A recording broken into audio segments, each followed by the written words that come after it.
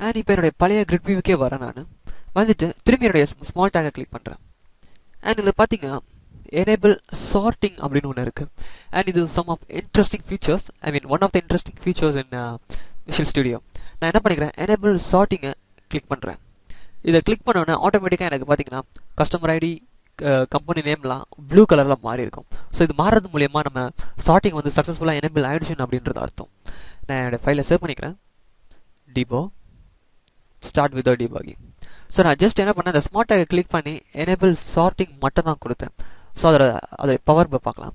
இப்போ பார்த்தீங்கன்னா என்னுடைய டேபிளுடைய காலம்ஸ் எல்லாமே ஒரு லிங்காக, ஹைப்பர் லிங்காக மாறி இருக்கு. அண்ட் அதோடைய கலரும் மாறி இருக்கு. நான் என்ன பண்ணிக்கிறேன், என்னோட கஸ்டமர் ஐடியை கிளிக் பண்ணுறேன் ஃபர்ஸ்ட் வாட்டி. அண்ட் செகண்ட் டைம் கிளிக் பண்ணுறேன். இது ஆட்டோமேட்டிக்காக என்னுடைய ஆல்ஃபபெட்டிக்கில் ரிவர்ஸ் ஆர்டர்லேருந்து வருது.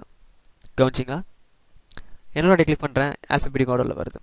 ஸோ இது வந்துன்னா அசெண்டிங் அண்ட் டிசைனிங் ஆர்டரில் நம்ம நினச்ச ரோஸை நம்மளால் டேட்டாவை டிஸ்பிளே பண்ண வைக்க முடியும். ஃபார் எக்ஸாம்பிள் சிட்டி பார்த்தீங்கன்னா சிட்டி நேம் ஏலேருந்து ஆரம்பிக்குது, பிக்கு போகுது. அண்ட் திரும்பி என்னோட நான் சிட்டியை கிளிக் பண்ணேன்னா திரும்பி அது டபிள்யூ பேக்வேர்ட்லேருந்து வருது, டிசைனிங் ஆர்டர்லேருந்து வருது. ஸோ இந்த ஆர்டர் வந்து இந்த டேபிளில் இருக்க எல்லா காலம்ஸுக்கும் பொருந்தும்.